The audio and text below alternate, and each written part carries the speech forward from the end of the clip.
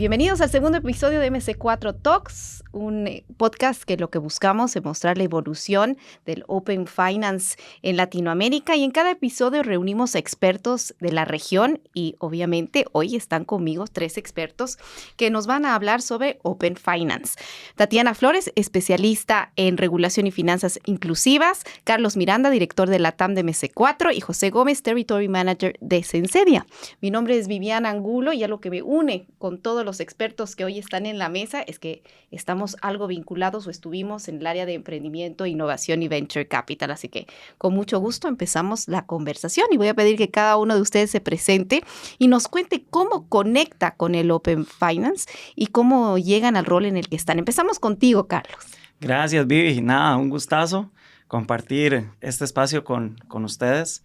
Y nada, nos vamos a dar el gusto de conversar un poquito sobre esto. Vivi, ¿qué te digo? Más de 17 años de experiencia del sector financiero. Una formación realmente muy financiera como tal. Uh-huh. Pero los caminos me han llevado a tener la oportunidad de desarrollar productos para diferentes perfiles de clientes en la región. Y con esto y viniendo trabajando de una forma relativamente tradicional, pues hemos venido metiéndonos un poco en el tema de la tecnología, y quien entra en el tema de la innovación y la tecnología no sale, ¿verdad? Entonces ahora más bien es una mezcla uh-huh. entre pues toda la experiencia a nivel de creación de productos y comercialización de productos, y ahora la forma en la que lo llevamos más fácil, más eficiente, más rápida, ¿verdad? Y de una forma más cómoda a cada uno de los perfiles. Así que, nada, Open Finance es una gran oportunidad para hacer inclusión financiera, y eso es lo que me ha motivado a seguir creciendo y conociendo sobre este mundo tan rico que es pues llevar finanzas a todo el mundo. Y vamos a hablar de eso justamente con Tatiana, que es su área de especialidad. Así que, Tatiana, ¿cómo empiezas en Open Banking? Hola, Vivi, buen día, José, Carlos.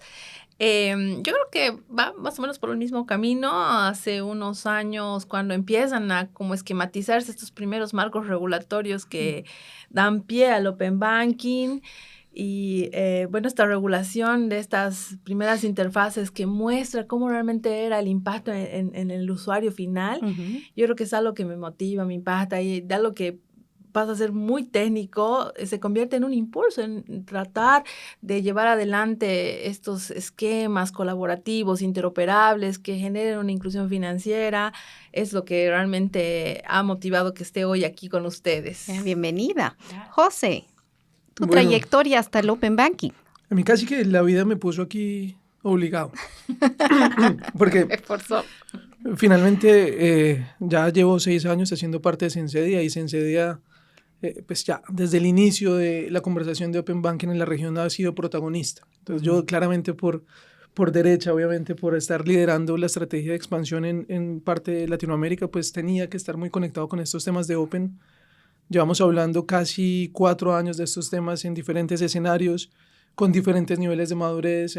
Todo ha sido un reto, pero bueno, muy contento que la conversación se mantenga, que la conversación cada vez sea más profunda, que los temas cada vez se entienda cómo realmente van a impactar finalmente a los usuarios del ecosistema financiero, que es, creo que es lo más importante de lo que nosotros estamos haciendo. Entonces, de alguna forma la vida me llevó a hoy en día estar hablando de Open, pero bueno, muy, muy contento por seguirlo haciendo y obviamente estar en diferentes países llevando un poquito de lo que hemos podido aprender. Lo que me gusta de este panel es que vamos a ver esa mirada regional, pero también las circunstancias locales que activan el Open Banking.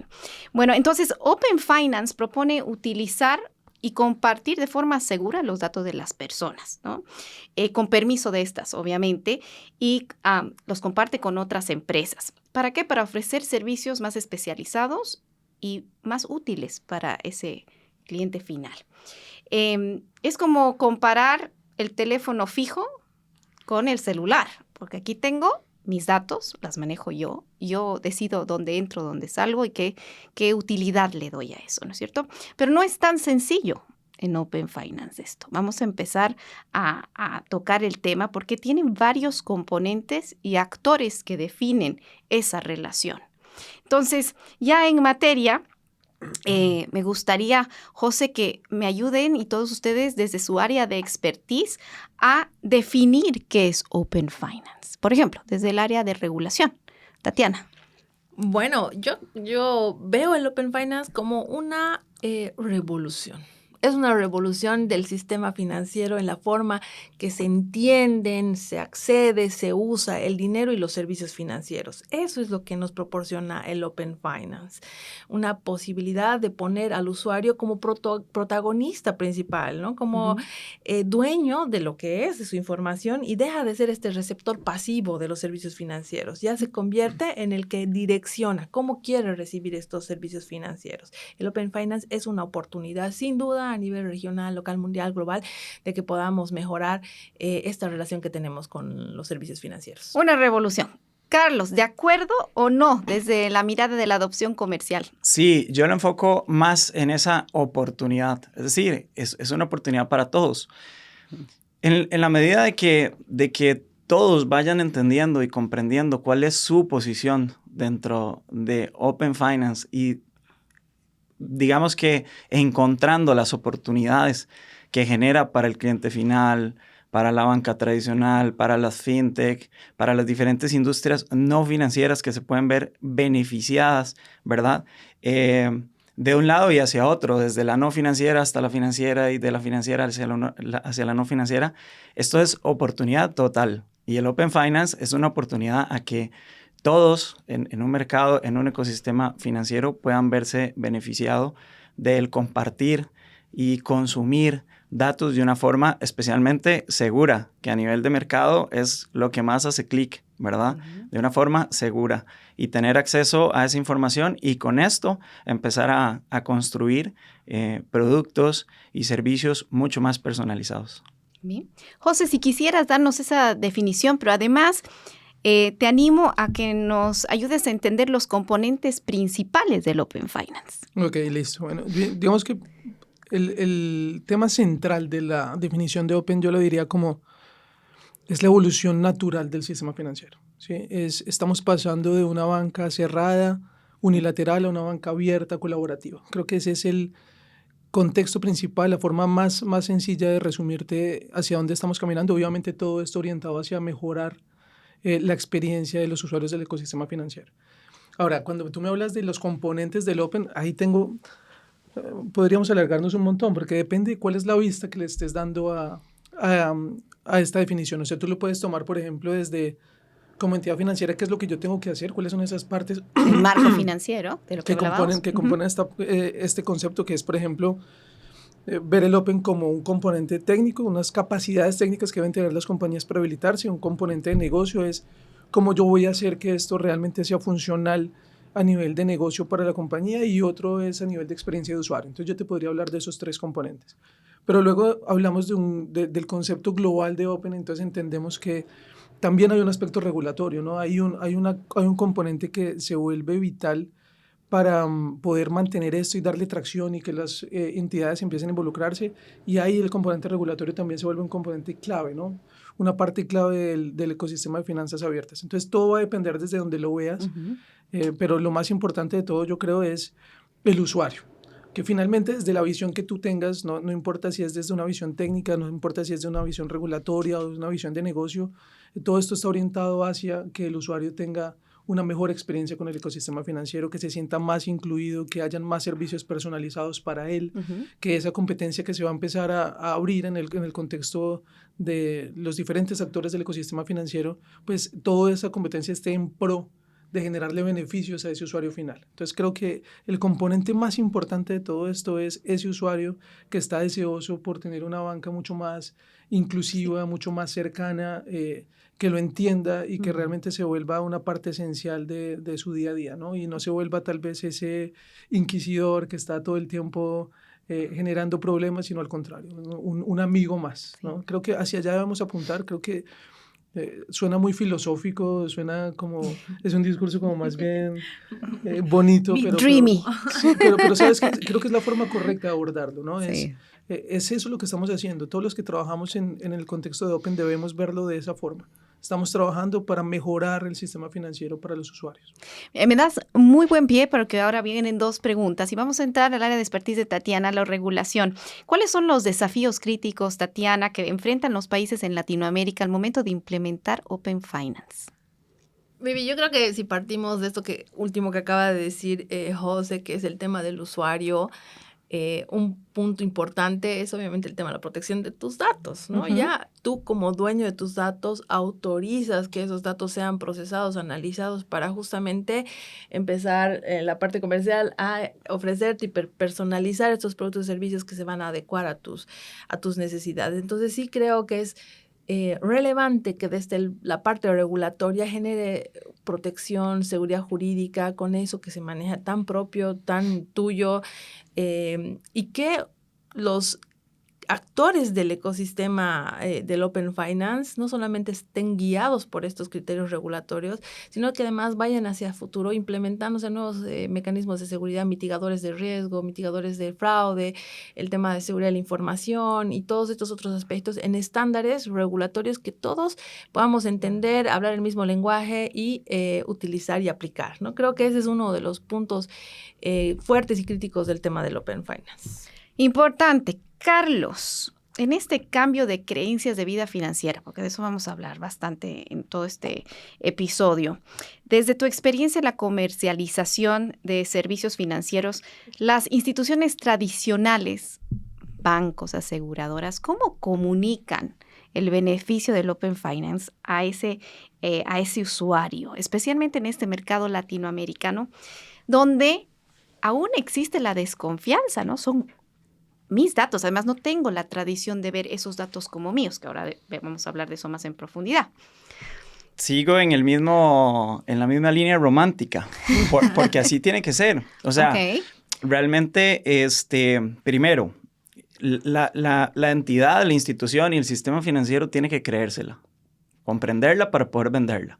Si no la vas a poder llevar al cliente final si vos no la estás entendiendo, si vos no la estás comprando, ¿verdad? Si solo es un discurso. Exacto. Tenés primero que comprarla para después poder venderla. Y de esta forma tiene que ser muy sencilla, evitando tecnicismos.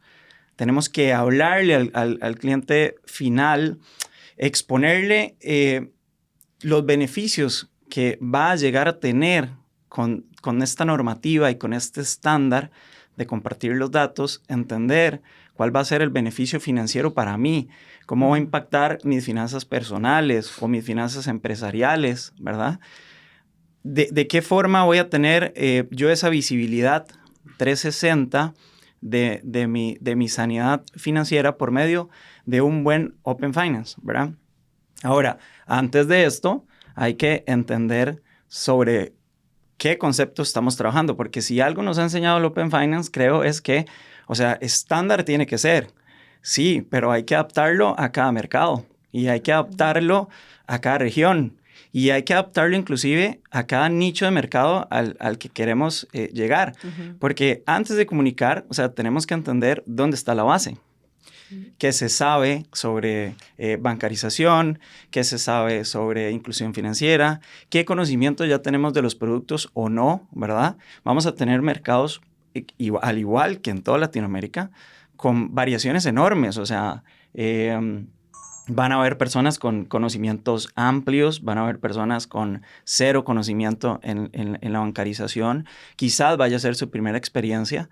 Entonces, pues la comunicación hay que basarla en, primero, pues ¿de dónde arrancamos? ¿Qué es lo que primero tenemos que enseñar? ¿Verdad? Y es que en Open Finance sucede que hablas de Open, ¿verdad? Y al final, o sea, lo primero que la gente entiende es como, hey, mis datos van a estar abiertos por todo el mundo y todos lo van a tener. Entonces, o sea, nomás ahí ya con el concepto hay que ser muy claro y lograr que las personas entiendan que sí, hay acceso a los datos, pero de una forma informada, consensuada y regulada, inclusive dando acceso o pudiendo definir yo a qué doy acceso, a qué no doy acceso y a quién le doy acceso, ¿verdad? Carlos, con tu respuesta me das pie para poder entrar y hablar de los actores que son importantes para dar agilidad al Open Finance. José, ¿cuáles son esos actores impulsores del Open Finance en Latinoamérica? Mira, yo creo que hay todo tipo de actores. Empecemos tal vez por el principal en cuanto a lo que generan en el ecosistema, que es el regulador, ¿no? Siempre que un regulador empieza a participar en el discurso de Open Finance, se empieza a mover de una forma mucho más acelerada el contexto de finanzas abiertas en cada mercado. Entonces, yo diría que el regulador puede ser el primer actor. Claramente el regulador es regulador porque vigila a unos actores. Entonces ahí está un segundo grupo de actores importantes, que son todos los bancos, dependiendo de qué tan profunda se quiera hacer la implementación del Open Finance para salir no solo del contexto bancario, pues ahí empiezan a haber otros actores, ¿no? Aseguradoras, fondos de inversión y demás, que también son actores relevantes. Luego tienes a los gremios, tienes a las fintechs, además, ¿no? Que se vuelven, hace tiempo ya en nuestra región, están siendo protagonistas por la forma en la que ellos están trabajando y sobre todo los cercanos que son en cuanto a la experiencia que le brindan a sus usuarios. Entonces ellos se vuelven muy relevantes porque además seguramente van a ser quienes dinamicen más el contexto financiero una vez entra la regulación de finanzas abiertas. Entonces mira que incluso yo me estaba excluyendo, amigos, discúlpenme por eso, pero las empresas de tecnología, nosotros los habilitadores, los que sabemos exactamente esto cómo funciona, que podemos acelerar las implementaciones, que podemos cubrir todas las brechas que hoy entendemos que existen en el mercado. Entonces mira, hay una serie de actores bastante polifacéticos, que tienen propósitos diferentes, tienen objetivos diferentes, pero eso es lo bonito porque estamos consolidando un ecosistema, ¿no? Lo que estamos buscando es hacer que todos esos diferentes actores que tienen sabores diferentes, que tienen objetivos diferentes, metas diferentes, pues todos se articulen de una forma en que pues esto resulte siendo provechoso, ¿no? Y que realmente se logre instaurar un modelo de finanzas abiertas en cada mercado. José, en nuestra preparación previa en esa conversación que tuvimos, mencionaste a la cooperación internacional. ¿Cómo mueve la aguja la cooperación internacional? Claro, es que tal vez la participación que ellos tienen es tal vez de las más relevantes en el ecosistema porque ellos le aportan objetividad, le aportan tal vez esa sensación de que no hay una tendencia específica a favorecer a X o Y entidad, sino que realmente ellos desde su posición, digamos, mucho más alto nivel, de una visión más global, pues aportan no solo madurez, no solo conocimiento, no solo buenas prácticas, sino lo que te digo, sino eliminar esa subjetividad y permitir que se construya un modelo de Open Finance con más confianza. Hemos hablado mucho de confianza, creo que es una palabra clave. Ahorita seguramente lo haremos en el resumen final, pero creo que eso es lo que aportan ellas. Hay instituciones que ya hoy en día están participando activamente en ecosistemas de finanzas abiertas en la región, el BID, por ejemplo. Vale la pena estudiar lo que están haciendo, vale la pena referenciarse, vale la pena siempre ponerlos en el mapa, porque sin duda su aporte acelera. Y creo que lo que vale más la pena ahorita es entender cómo podemos hacer esto real y rápido y no tener que todos los países terminar pasando el mismo proceso y las mismas etapas una y otra vez, porque ya hay un aprendizaje, ya existe, ¿no? Ya hay modelos en donde nos podemos referenciar y ya hay actores que nos pueden aportar ese nivel de experiencia y de madurez. Tatiana, vamos entonces al usuario, este actor que es el esencial, el principal. ¿Cómo puede apoyar en la implementación de Open Finance en su país un usuario final? Obviamente, la exposición de sus necesidades, ¿no? Nosotros como usuarios del sistema financiero, es lo que decíamos al principio, dejamos este rol pasivo. Tenemos que empezar a como exigir un poco que estos servicios financieros sean adecuados a lo que realmente necesitamos. Y creo que ahí se convierte en un actor súper fundamental el tema del usuario.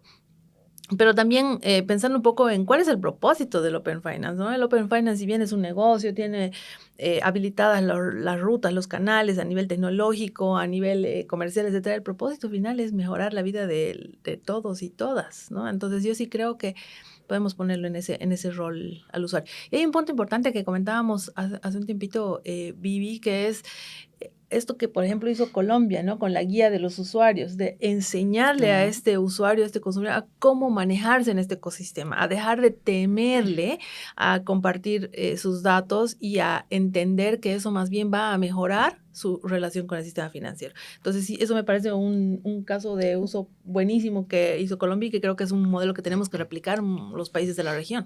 Romper paradigmas, ¿no? Sí, sí, sin duda. El temor, la confianza.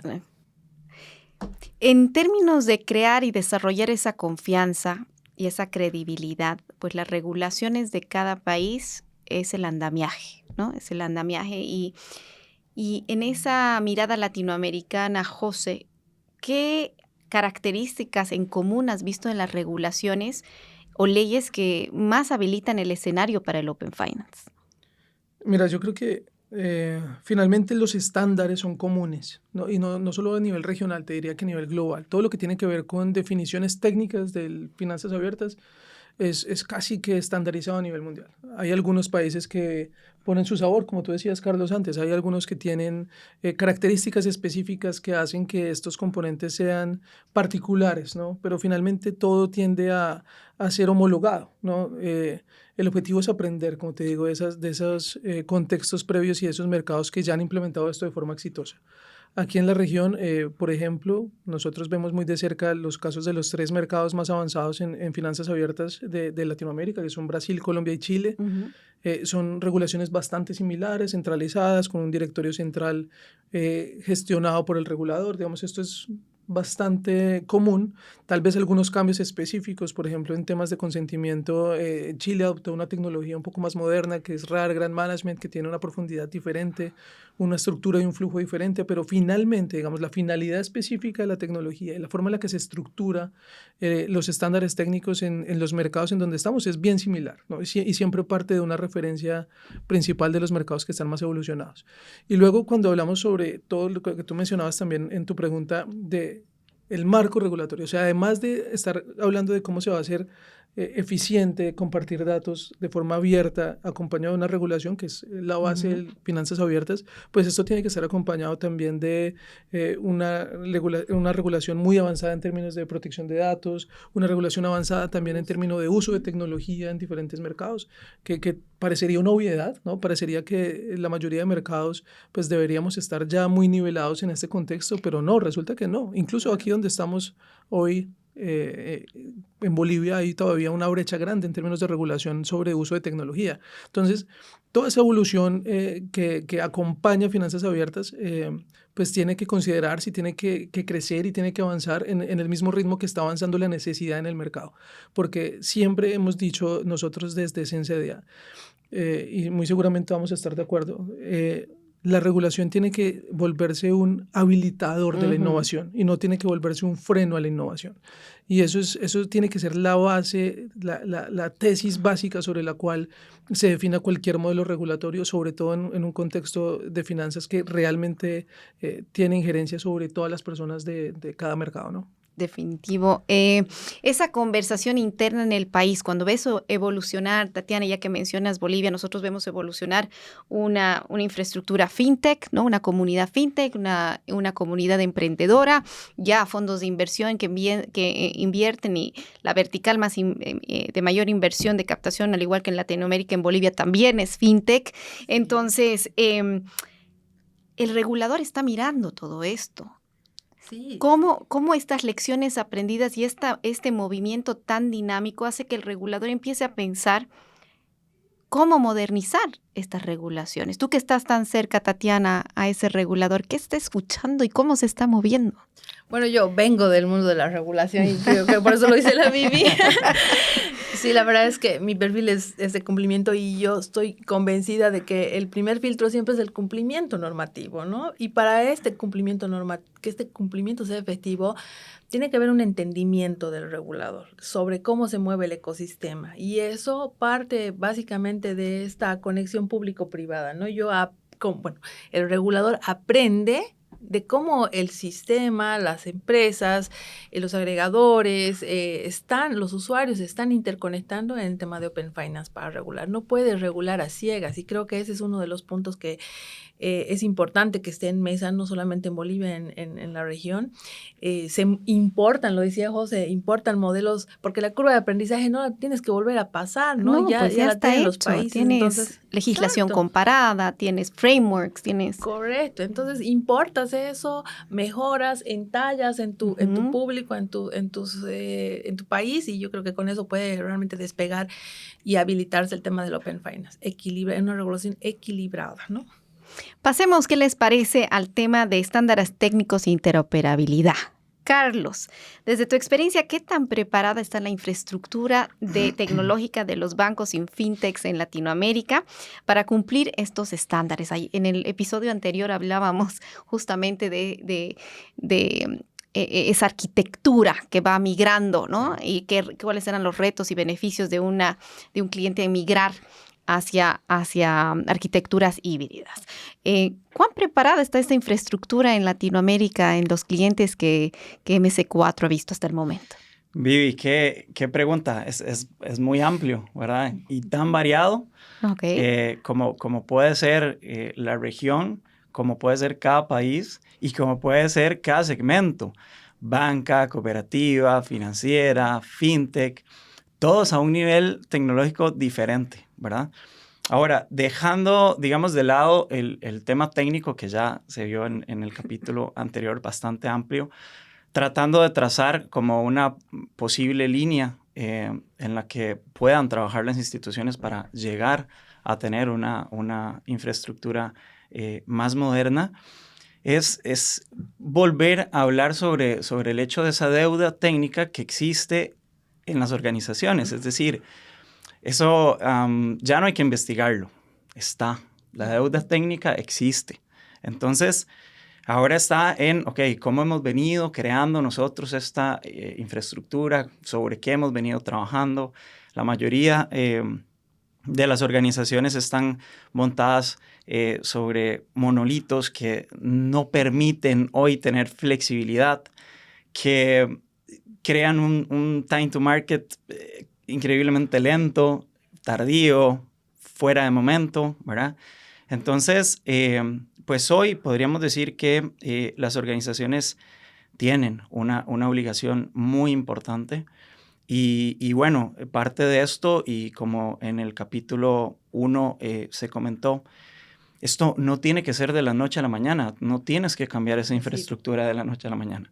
Y esto a nivel de toma de decisiones en las organizaciones se vuelve realmente como un peso muy grande a la hora de tomar decisiones y decir, tenemos que modernizar, tenemos que desacoplar, tenemos que sacar nuestros servicios, nuestros productos, disponibilizarlos de una manera más ágil, más sencilla.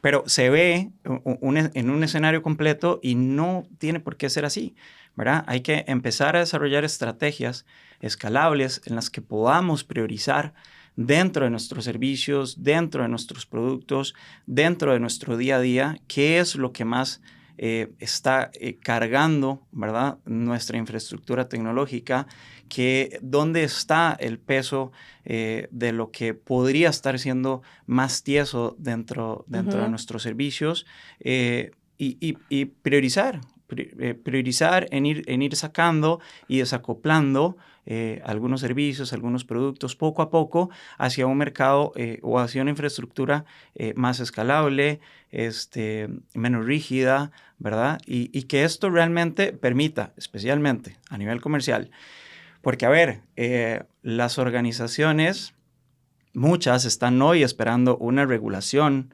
obligatoria que te ponga a trabajar en ese sentido, ¿verdad? Pero es que no hay que esperar a eso, es que yo tengo que ir adelante. O sea, primero, si ya tengo casos de uso y si ya entiendo que en otras regiones ha funcionado, que está caminando, que está evolucionando y que ha sido exitoso, pues yo como organización tengo que empezar a ver hacia allá y empezar a decir, ¿sobre qué base voy a trabajar? ¿Verdad? José hablaba ahora de que esta cooperación internacional te da una visión amplia. Sí, tropicalizamos, claro, tenemos que aterrizarlo porque todos los mercados son diferentes. Pero hay un estándar, ¿verdad? Que eso es muy bueno porque al final, pues también se busca tener un Open Finance regular, no solamente por país. Y estos estándares son muy buenos. Entonces, ¿dónde está mi organización? En la base de esos estándares globales, ¿verdad? ¿Y qué puedo y qué tengo que ir trabajando yo para que entonces, cuando esto inicie y que muchas veces el consumidor final lo entiende más rápido que la organización, entonces el consumidor final está ya pidiéndote, Usando. claro, y no puedes dártelo. Y bueno, quien lo dio primero es el que tiene la ventaja, tal cual. Así que si seguimos como organizaciones esperando a que salga una regulación obligatoria, que pues, finalmente ha sido uno de los pilares principales para que los países que hoy están más avanzados en esto logren el nivel que tienen ahora. Si estamos esperando eso para entonces empezar a ajustar nuestras tuercas, estamos tarde. Estamos tarde. Claro. Y yo creo que vive ahí que justamente lo que dice Carlos es muy importante porque necesitas desde la organización transformar ese mindset, ¿no? De ir con la regulación. Porque sí, efectivamente existen modelos mandatorios de regulación, pero Colombia también es un ejemplo de como la iniciativa privada, ¿no? De empezar con estos criterios de Open Finance desde los que ejecutan los servicios financieros. Así que muy de acuerdo con Carlos en que no necesitamos esperar la regulación. Podemos empezar progresivamente a ir implementando todo esto que nos beneficia a los consumidores. Si me permites, Vivi, claro que sí. Te puedo dar ahí como también una historia chistosa. Justamente te iba, José, a preguntar y te decía, llévame esto a algo tangible, dame el ejemplo tangible. Mira, te voy a contar algo chistoso. Nosotros llevamos con este discurso, yo creo que lo mencioné antes, algunos años, ¿no? Trabajando en evangelizar un poco qué es lo que es Open y cómo se come, ¿no? Nosotros cuando empezamos con este discurso teníamos una solución madura en Brasil, un mercado que nos lleva varios años de ventaja al resto en la región. Y claro, nosotros llegamos con un producto que yo sentía como si estuviera vendiendo una nave espacial. Entonces, claro, nos sentamos, venga, es que yo tengo este set de soluciones para Open Finance. Y la gente me miraba y me decía, pero ¿y eso qué haces? ¿Qué es eso? ¿Y eso para qué? ¿Y yo cómo utilizo? Y eso no entiendo cuál es el beneficio, no entiendo qué me está ofreciendo. He escuchado de Open, sé que es Open, sé que es una tendencia que va a llegar, pero no entiendo lo que usted me dice. Entonces imagínense lo que es tratar de vender algo que la gente no entiende y que no ve la necesidad. Claro, obviamente todo esto cuando empieza a llegar la regulación y empieza a acelerar un poquito el discurso en el ecosistema y en la industria, pues se vuelve mucho más fácil porque ya todo el mundo sabe o por lo menos lo ha escuchado, entonces ya te abren la puerta y te dejan hablar de eso. Pero ese paso de un desconocimiento completo a poder sentirse o poder empezar a hablar de esto con firmeza nos costó un montón. Y justo para esa brecha que se estaba generando entre lo que nosotros ofrecíamos y el conocimiento del mercado, nos tocó tender un puente. Porque si nosotros seguíamos llevando este discurso de la solución y de cómo implementar y lo que sea, pues íbamos a seguir chocándonos contra una pared. Entonces tendimos un puente. Y creo que aquí iba a conectar mucho con la pregunta que hiciste. Porque lo que hicimos fue, más allá de que hay brechas tecnológicas, hay también brechas en el mindset, hay también brechas en conocimiento, hay también brechas en no saber qué hacer y tener la exigencia siempre del corporativo de, oiga, cualquier unidad que usted monte tiene que dar resultados. Cualquier modelo que usted monte tiene que tener unos números que respalden la estrategia, ¿no? Y cuando le hacen esa exigencia a los equipos estratégicos, pero realmente no saben de lo que tienen que hablar o qué tienen que construir, se vuelve un reto muy complicado. Entonces, ¿qué puente tendimos nosotros? Entendimos que había ese espacio para poder ayudar y seguir aportando en términos de conocimiento, consolidar el conocimiento regional específico, además también por mercado de, venga, yo le enseño, venga, yo le digo qué es esto. Déjeme entender usted en qué está, cuál es su estado a nivel técnico, cuál es su estado a nivel de negocio, cómo está viendo usted el tema jurídico, y nosotros armamos algo que llamamos como un assessment, y le explicamos y lo orientamos y lo guiamos y le decimos, vea, este es el camino que usted tiene que seguir de acuerdo al momento y al estado actual de la compañía. Y eso claramente empezó a recortar las brechas. Entonces, claro, a nivel técnico, ya Carlos lo dijo muy bien, arquitecturas heredadas, bancos operando en modelos monolíticos, pesados, lentos, pero también además esos líderes aún con esas carencias de entender esto con mayor detalle.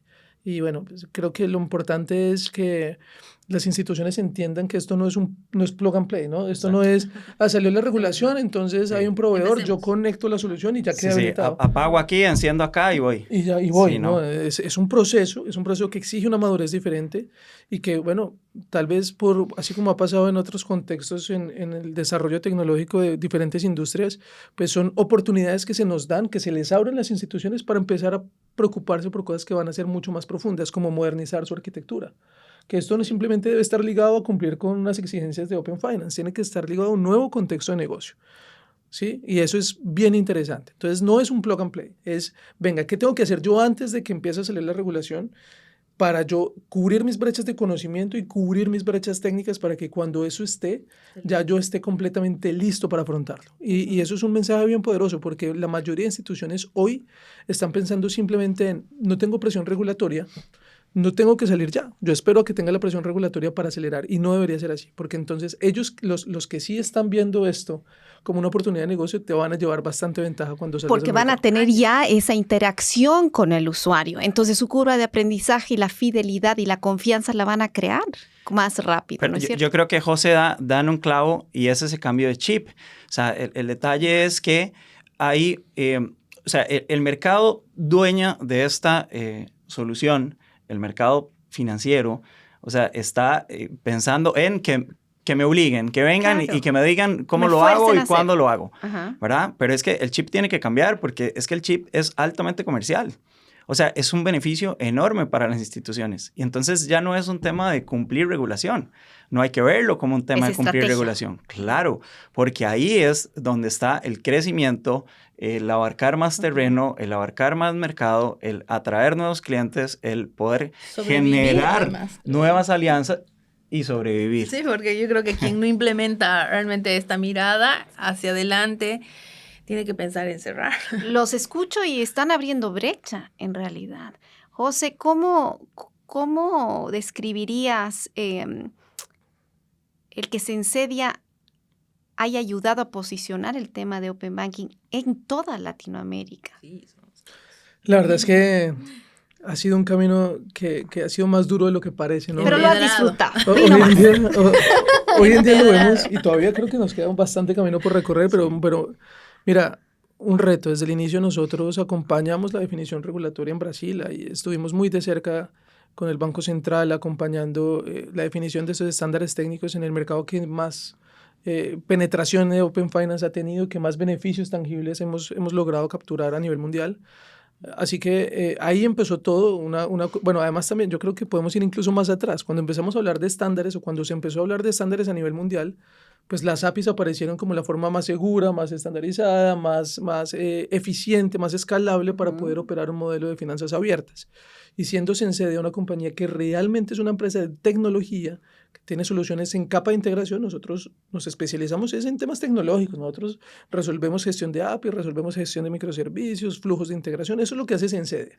Pero cuando te hablan que a nivel mundial hay unos estándares que se están creando por allá en UK, que están hablando de APIs para poder compartir información, pues fue una oportunidad muy interesante, ¿no? Y ahí empezó el trabajo del equipo de, venga, exploremos esto para profundizar nuestra cercanía al sector financiero, que de hecho es el sector que Sensedia tiene, digamos, mayor número de clientes hoy día. Y luego esa misma experiencia nos llevó, como tú decías bien ahorita, Tati, a acompañar un primer proceso de finanzas abiertas privado en Colombia. Claro, tenías la experiencia, lo pones a disposición de una regulación que todavía no estaba completamente definida, que tenía algunos vacíos, algunos espacios para participar desde el lado privado, y ahí entendimos que a través de un partner que tenemos en Colombia podíamos avanzar y podíamos llevar una solución que ayudara a orquestar ese ecosistema. Luego empezamos a tener conversaciones similares en Chile, en donde ahí sí estaba siendo centralizado por la CMF. También acompañamos el proceso de construcción del directorio para ellos, estamos acompañándolos también en el desarrollo de algunas soluciones complementarias al modelo de finanzas abiertas de Chile. Y luego en Colombia ya entra el regulador a decir, venga, ahora yo voy a ser el que centralizo, ya no va a ser privado. Entonces eso que hemos avanzado tal vez ya no va a ser para orquestar todo el modelo en Colombia, pero sí nos va a servir digamos, para poder aportar algún valor específico a algunos nichos. Entonces, hemos, como ves, acompañado los 3 mercados más evolucionados de la región en términos de finanzas abiertas. No te estoy contando, por ejemplo, lo que ya estamos haciendo en Estados Unidos, donde estamos con FDX haciendo parte de la junta directiva.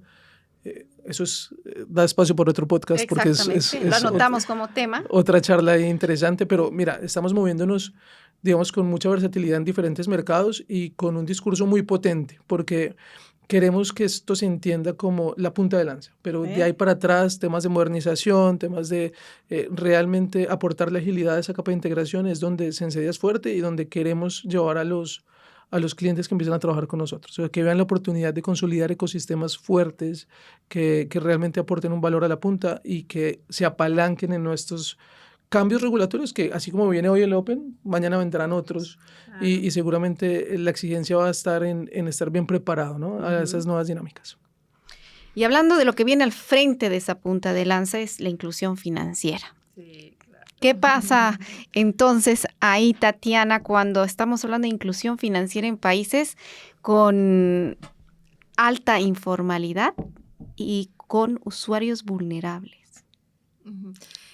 El tema de la inclusión financiera es un proceso continuo, permanente, lo han llevado a los países adelante, pero no hemos tenido los avances que hubiésemos esperado realmente con todas las iniciativas que se han generado, ¿no? Sí creo que es algo que tenemos que seguir trabajando. Hablaba de evangelización el José y creo que es el término exacto porque tenemos que empezar con aspectos básicos e ir en ascenso, en progreso. No podemos dejar a las personas con temas de ahorros y créditos. Tenemos que empezar a hablar ya de seguros, tenemos que empezar a hablar de inversiones, tenemos que empezar a hablar de fondos de pensiones. Entonces, creo que hay mucho camino por recorrer. Y el tema justamente del Open Finance, que tiene como un propósito esto que comentábamos al inicio de beneficiar a un usuario, entonces tiene que ser un usuario informado, ¿no? Tiene que ser un usuario que sabe, que conoce, que entiende que esto va a mejorar su condición con el sistema financiero. Así que yo sí creo que esta brecha gigantesca que todavía tenemos en personas que no son nativas digitales, en personas que son adultos mayores, etcétera, o que no tienen el acceso a Internet, es algo que tenemos que resolver a nivel de países, a nivel de región. La palabra estrella en todo lo que vamos conversando hasta ahora es confianza. Entonces, Tatiana, ¿cómo equilibra la apertura de datos y cómo genera esa confianza ante los continuos fraudes o brechas de privacidad que tenemos a diferentes estratos, en el sector corporativo, en la banca, etcétera? Mira, Vivi, yo creo que lo que tenemos que hacer es entender que este es un negocio de riesgos, ¿no? Los riesgos son inherentes a toda esta actividad y los riesgos se mitigan. Y los mitigas a través de temas regulatorios, aplicación de estándares, protección, seguridad de la información, todo lo que tenga que ver con los canales, los mecanismos, los habilitantes del Open Finance. Entonces, yo sí pienso que no estamos exentos del tema de fraudes, puede existir, pero las entidades y los habilitadores están cada vez más preparados con estas implementaciones y gestión de riesgos, ¿no? Siendo la industria fintech tan ágil en Latinoamérica, vemos estas coincidencias de accionar y colaboraciones, ya sea en Open Innovation, en Close Innovation, en desarrollo interno dentro de los bancos, entre fintechs y la banca. ¿Cómo es este rol de alianzas en el movimiento de Open Finance en Latinoamérica? Bueno, realmente es vital y tiene que verse así. Es decir, hay que comprender que al final, la banca es quien conoce el core del negocio. Tienen años haciendo esto. Saben cómo hacerlo. Y lo han hecho bien, ¿no? Con algunas excepciones en el camino, pero lo han hecho bien. Y las fintech dinamizan muchísimo el desarrollo, la innovación, el moverse más rápido, tienen la capacidad de poder ir quizás a una velocidad a la que el banco o la banca tradicional por sí misma no puede, ¿verdad? Porque su misma estructura, claro, hace imposible que el banco se mueva rápido. Entonces, al final, Vivi, la pregunta súper buena, porque entonces la banca está pensando, ¿y si esto abre?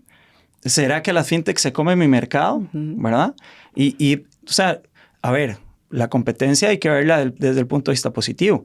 Claro que va a haber competencia. y tiene que haber competencia. Y de eso se trata. Y la competencia saca de la zona de confort y entonces ahora sí, me pone a pensar en qué hago nuevo, en qué innovo, cómo me voy a mover, ¿verdad? Porque creo que lo bueno del Open Finance no es lo que ya está en el mercado. Eso lo tomamos como referencia. Pero lo bueno del Open Finance es realmente lo que todavía no se ha hecho. Porque el alcance que tiene el Open es inmenso y hay muchas áreas y muchos ámbitos en las que todavía no conocemos a lo que puede llegar realmente un Open Finance. Entonces, estas alianzas, ¿verdad? Que desde MC4, nosotros, por ejemplo, somos una fintech que no somos competencia, no creamos productos para nosotros mismos, no los disponibilizamos nosotros al mercado. Estamos de la mano de nuestros clientes dándoles soluciones de innovación para lograr nuevos canales, nuevas formas, nuevos productos y nuevos servicios. Ahora, insisto, la competencia no está mal y se va a abrir la competencia y la competencia va a estar, ¿verdad? Pero ahí está en tener esa perspectiva y esa agilidad como organizaciones en sí de buscar realmente ese clic para que entonces empecemos a trabajar el área tradicional y el área innovadora de la mano y empezamos a crear esos productos que realmente el mercado está esperando. Vivi, yo digo que las fintech son así como el colágeno de la banca, ¿no? Les ayudan a estar renovados y de lo que se trata es hacer esta fintechación.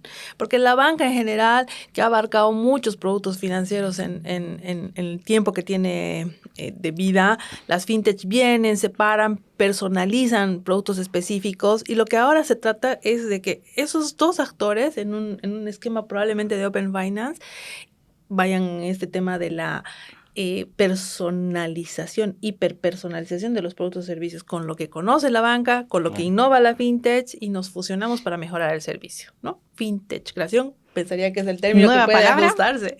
Fantástico. Y hablando de palabras, y para cerrar con una conversación entre todos, en una palabra, ¿qué debe pasar en Latinoamérica en los próximos, iba a decir 2 años, pero aquí hablando con José detrás de cámaras, me dice, no, Vivi, no se puede hablar en 2 años, déjame 5 años para que haga esta evolución, lo cual me sorprendió muchísimo.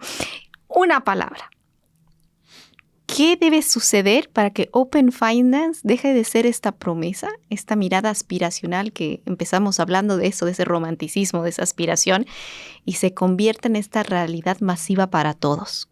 Una palabra. José, empezamos contigo. Buenísimo. Tú me la robaste, ¿no? Porque yo iba a usar una palabra que utilizaste en la pregunta que le hacías ahorita a Tati. Confianza.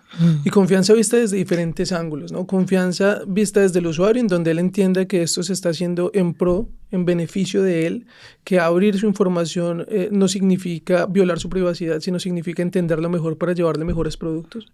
Confianza de parte de las instituciones financieras de, venga, las fintech o los demás actores no necesariamente van a ser competidores que me van a afectar el negocio, sino que son más bien dinamizadores de lo que se va a empezar a construir, e incluso hablar de colaboración, ¿no? Para poder colaborar entre diferentes entidades tiene que haber confianza. Entonces esa colaboración también es importante. Confianza en la regulación, confianza en las entidades reguladoras, que ellos siempre están orientados a construir una regulación que sea eficiente y dinámica para cada mercado. Creo que también las instituciones deben confiar en el trabajo que ellas hacen y ellas mismas también deben confiar en sus capacidades y en lo que se han hecho en otras regiones para poder acortar un poco esa curva de aprendizaje y poner a disposición un modelo de finanzas abiertas mucho más rápido al mercado. Entonces creo que confianza es la palabra clave desde mi visión. Bueno, Tatiana, tu palabra. Voy a tomar tu última palabra, visión. Yo creo que visión es la palabra que yo utilizaría, visión de un regulador regional, un regulador local que permita establecer un camino más ágil, equilibrado para la habilitación de esto que nosotros o que estamos profesando, que es el tema del Open Finance. Visión desde la industria, que necesita tener este cambio de mindset, esta transformación para empezar a generar no solamente una apificación, sino una amplificación, ¿no?, de los productos y servicios.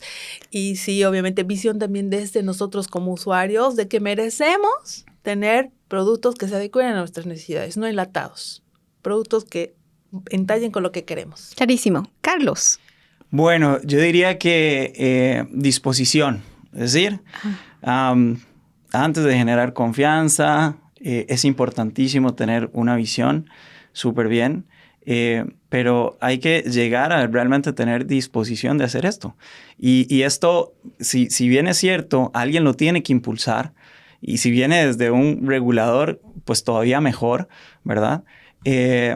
Hay que tener realmente una disposición completa de todo el ecosistema con ganas de hacer esto, ¿verdad? Con la disposición de como decía un poco al principio, o sea, comprarla, ¿verdad? Y entender el gran beneficio que puede traer y tener esa disposición de ir para adelante con esto. Y creo que entre más disposición encontremos dentro de los actores que pueden ir impulsando esto, pues entre más disposición se nos acortan tal vez los años, ¿no, José? Sí, tal vez no sean 5, tal vez sean 4, tal vez... no, ahí sí no te garantizo nada.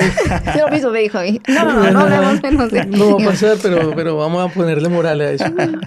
Muchísimas gracias por compartir su expertise los tres. He aprendido muchísimo y estoy segura que todo quien nos está viendo ahora también ha hecho clic en muchos de los temas. Y diría que el desarrollo tecnológico jamás se aleja de la humanidad, jamás se aleja de entender una diversidad de actores y conectarlos.